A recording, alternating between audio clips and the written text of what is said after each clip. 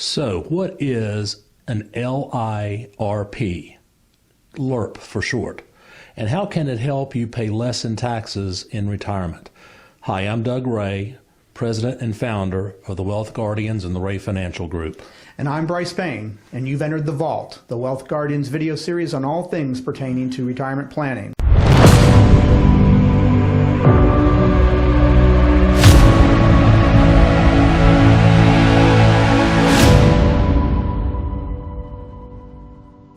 In this episode, we're going to cover what is a life insurance retirement plan, who are they right for, who are they wrong for, what are the pros of having one, and what are the trade-offs of having one. Don't forget to hit that little like and subscribe button right there if you feel like catching more of our videos.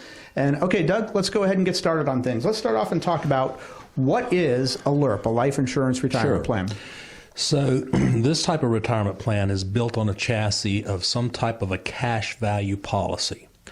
And by cash value, I'm talking about a whole life policy, could be built on a universal life policy, could be built on an index universal life policy, or a variable universal life policy. Okay. Terms are not going to work for what you're trying to do here, because the ultimate goal is you're trying to build cash value in this policy over time. Okay. And how long have they existed? They've been around probably a good, well, I've had mine at least 10, 12 years now, so I'd say they've been around 20 years. Okay, sure. So they're still in the investment world or the insurance world. They're a newer type of product. They're newer. They're a little bit, I don't know what I want to say, an odd animal, but they're different. A lot of people don't use them in their practice as much as I think they should, actually, because as we get into this show today, you'll find out there's some really good benefits to LIRPs. Okay, very good. Is there does a life insurance retirement plan provide a living death benefit? Absolutely. You know, most of these modern life insurance policies, whether you design them as a LIRP or not, you could and should get them so that you can use that death benefit during your lifetime in case you need it for home health care or long-term care, or, you know, unfortunately, premature death. If you're diagnosed with a terminal illness, then they'll pay that death benefit out early to you. Okay, very good. So who are they right for? That's a good question, Brice. These aren't right for everybody. Now, here's the sweet spot, the start of LIRP. I would say somewhere between age 55 to 65. That's when you want to think about funding a LIRP, because obviously the younger you are, the cheaper the life insurance is going to be on that LIRP. And obviously, with everybody knows, with compound interest, the longer you have to let that cook and grow, the better it's going to be. And the reason that I say the younger you are to start it, the better, is because to make a LIRP work, the U.S. government gives us this distinction.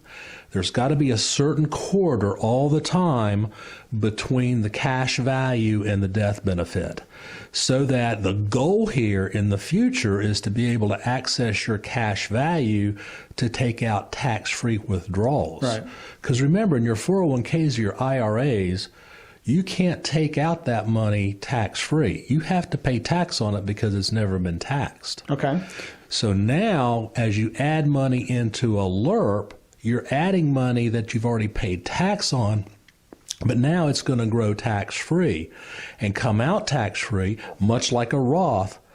But the better part of that is you can put way more money in a LIRP than you can a Roth.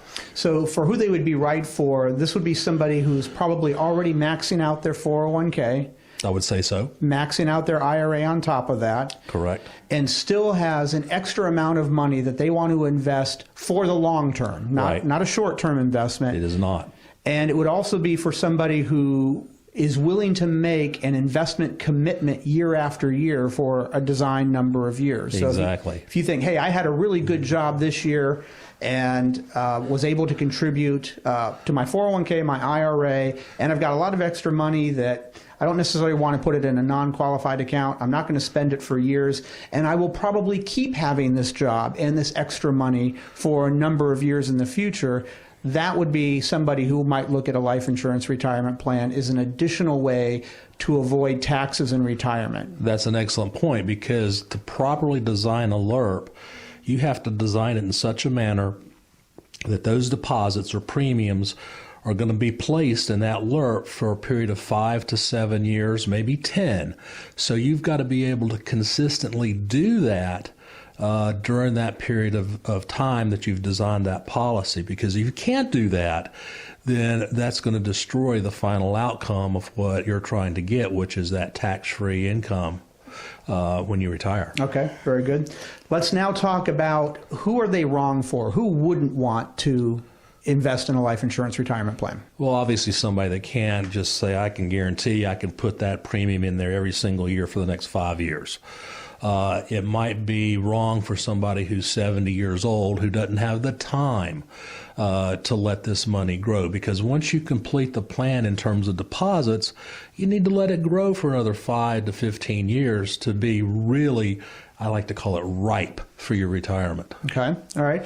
Also, somebody probably wouldn't want to invest in a life insurance retirement plan if they are not currently maxing out their 401k or IRA. That would generally be a first step, right? I would totally agree with that. I mean, there's obviously benefits to both sides of it, but if you're not maxing out your 401k, and especially if you're not getting at least the company match, you need to do that, number one, and then consider maxing out your 401k on the opposite side, because remember, what that does for you is it comes right off of your income and it lowers your taxes. Right. All right. Okay. And now we've talked a little bit about the pros, but let's make sure that we're getting all the key points here across.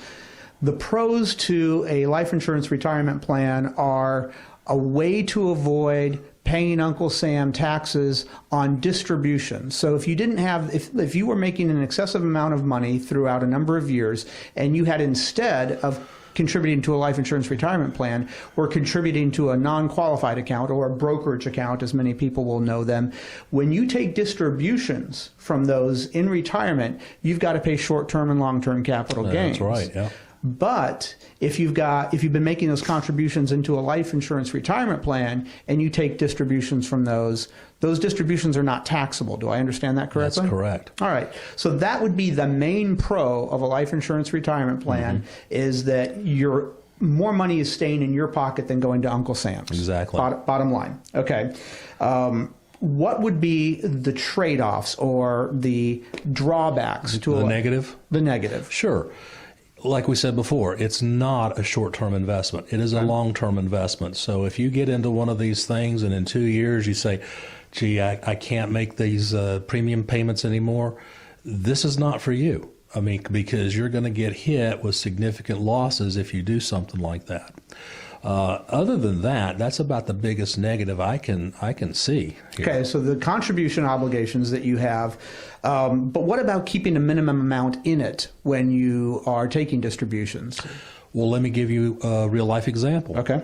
As I said before, my wife and I have a LIRP we started 10-plus years ago.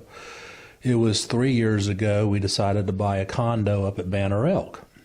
So I took out about $150,000 tax-free out of my LIRP as a down payment on this condo. Okay, so we put the condo on VRBO, and the next year we got over like $80,000 in rent off of it. So I gradually started paying back that money I took out of it, because it comes out in the form of a loan, okay, which is a non-taxable event. Now, yeah, there's some interest that you have to pay, but that's basically interest that you're paying back to yourself. To yourself, just like a 401k loan. Exactly. So after about a year's time, I paid it all back, and now we're still on track to be able to take tax-free income out of that LIRP. So they're very flexible. You know, it's a great way to if you want to buy a new car, to pull money out to buy a new car, and then eventually, if you want to, you can pay it back. And by the way, you don't have to pay it back, even though it's called a loan. You can let the death benefit ultimately pay that loan off for you, and whatever's left over will go to your beneficiary. Sounds like the pros for the right person definitely outweigh the cons on a life insurance retirement plan. Well, you know, I think so. Otherwise, I wouldn't have taken one out on myself and my wife. Very good. All right. Well, I think we covered the main points here that we wanted to discuss. That's what a life insurance retirement plan is, who they're right for, who they're wrong for, what the pros are, and what the trade-offs are. That's going to wrap it up for this episode of The Vault. Feel free, again, to hit that like and subscribe button there to catch all future episodes.